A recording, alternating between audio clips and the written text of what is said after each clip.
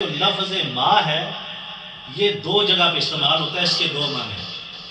ایک تو یہ سوالیہ طور پہ استعمال ہوتا ہے، مثال کے طور پہ عربی میں یہ کہنا ہو کہ یہ کیا ہے تو اس کو عربی میں یہ کہتے ہیں ما ھذا، کہ یہ کیا ہے، یعنی کہ ما سائن آف انٹروگیشن کے طور پہ استعمال ہوتا ہے، سوالیہ نشان کے طور پہ استعمال ہوتا ہے۔ لفظ ما ھذا، ما اسم کا، تیرا نام کیا ہے، ما ھذا یہ کیا ہے، تو ما جو ہے یہ سوالیہ نشان کے طور پہ استعمال ہوتا ہے، کویسچن کے طور پہ، اور یا پھر ما استعمال ہوتا ہے کسی چیز کی نفی کے لیے، کہ معافی مشکل، کوئی مشکل نہیں۔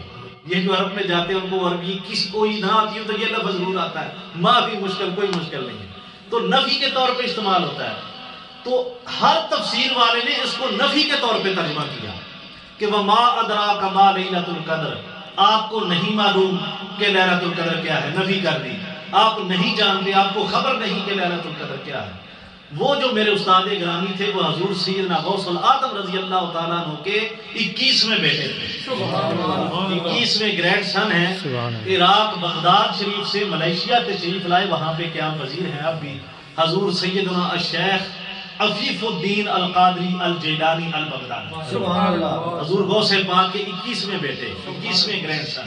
انہوں نے فرمایا کہ یہاں پہ ما جو ہے یہ نافیہ نہیں ہے، نفی والا نہیں، یہاں پہ سوالیہ ہے، ٹھیک ہے نا۔ سوال اللہ رب العزت فرما رہے آقا علیہ الصلوۃ والسلام سے، انا انزلناہ فی لیلۃ القدر، ہم نے اس قرآن کو لیلۃ القدر میں نازل فرمایا۔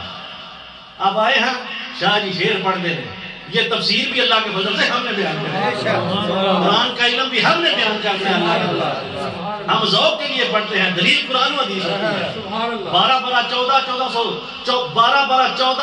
سال اور 30 سال ہو گئے آپ کو لوگوں کو سنتے ہوئے، یہ تفسیر جو میں بیان کر رہا ہوں کسی ماں کے لال میں خیال نہیں کیا، خبر بھی نہیں ہوگی کہ یہ بھی تفسیر ہو سکتی ہے۔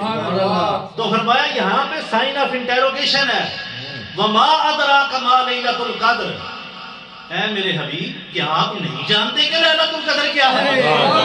سوالیہ نشان، آپ سمجھ رہے ہیں بات؟ میں مثال دے کے پھر آگے چلتا ہوں، توجہ فرمائیں۔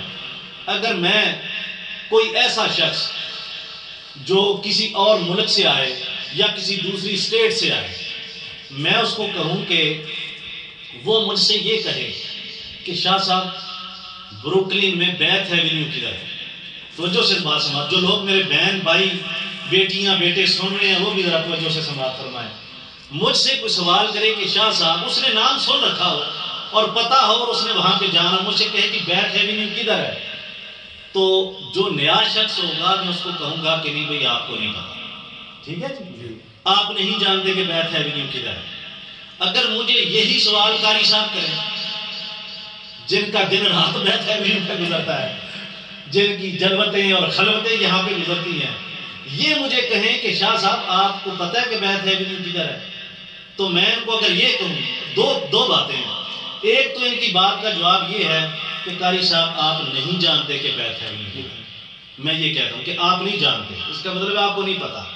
اگر میں اس انداز کو بدلوں اور یہ کہوں کہ آپ کو نہیں پتا کہ بیتھ ایونیو کدھر ہے، تو میرے اس انداز سے سوالیہ نشان سے پوچھنے کا مطلب یہ ہے کہ قاری صاحب آپ تو پہلے ہی جانتے ہیں، آپ کو نہیں پتا کہ بیتھ ایونیو کدھر ہے۔ سبحان اللہ، اللہ رب العزت نے فرمایا وما ادراک ما لیلۃ القدر، اے میرے نبی کہ آپ کو نہیں پتا کہ لیلۃ القدر کیا ہے، کہ آپ تو پہلے سے ہی جانتے ہیں۔